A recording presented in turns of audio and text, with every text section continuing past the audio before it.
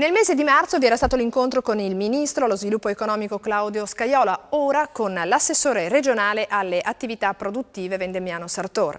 Il sistema Moda Veneto, che conta 7.500 imprese e 35.000 addetti, ma che ora sotto il peso della crisi internazionale rischia un pesante ridimensionamento, chiede interventi urgenti e decisi per tutelare il settore. Fra i punti più dibattuti il problema della tracciabilità del prodotto, che sarà oggetto di un convegno regionale organizzato da Confartigianato venerdì 15 maggio a Vicenza.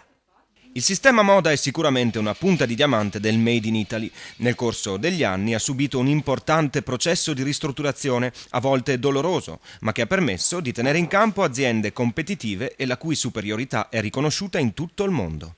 Nelle ultime settimane l'attività dei rappresentanti del sistema moda di Confartigianato nazionale, regionale e provinciale è stata particolarmente intensa. L'obiettivo è ottenere interventi da parte di governo e regione su diversi fronti per far sì che le migliaia di imprese rimaste in corsa grazie alle qualità che esprimono non soccombano sotto il peso della crisi, ma soprattutto possano combattere ad armi pari con chi non rispetta le regole. Sentiamo Stefano Stenta, presidente del sistema moda di Asso Artigiani.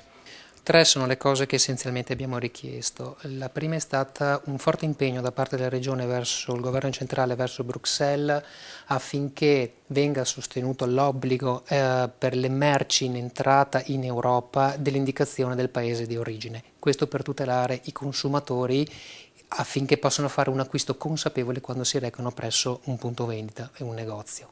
La seconda richiesta è stata di un supporto da parte della Regione al sistema volontario di tracciabilità, il cosiddetto ITF, che consiste praticamente nella possibilità che hanno le aziende di certificare che l'origine della materia prima che loro utilizzano e delle lavorazioni che loro fanno, affinché esista un plus per i prodotti da loro realizzati. Oggi solo la Camera di Commercio di Vicenza a livello veneto è promotrice di questa iniziativa, stiamo cercando di renderla disponibile per tutti, da qui un intervento di sostegno finanziario della Regione sarebbe importante. Ricordiamo che TF significa Italian Textile Fashion. Certo.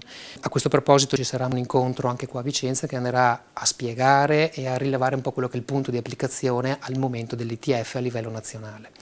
Inoltre crediamo che sia molto importante da parte della Regione che venga sostenuto un tavolo di coordinamento del settore moda a livello regionale in modo tale che le politiche economiche regionali nei confronti del nostro settore siano in qualche modo anche condivise nell'ambito delle categorie. Abbiamo con estrema positività poi sentito dalle viva voce dell'assessore che la Regione sta studiando una forma di intervento per l'aiuto verso la liquidità delle aziende. Si parla di fondi di rotazione, cosa che se verrà attuata e sarà fruibile dalle aziende artigiane porterà sicuramente dei vantaggi notevoli in questo momento di grande difficoltà. Fra i punti menzionati da Stenta, quindi, anche la tracciabilità del prodotto. Proprio su questo tema verterà il convegno che si terrà al Centro Congressi venerdì 15 maggio, intitolato Tracciabilità dei capi d'abbigliamento, un obbligo verso il mercato, una necessità per il domani. Interverranno i maggiori rappresentanti italiani del sistema moda e delle istituzioni per confrontarsi sulla necessità di una maggior tutela del Made in Italy.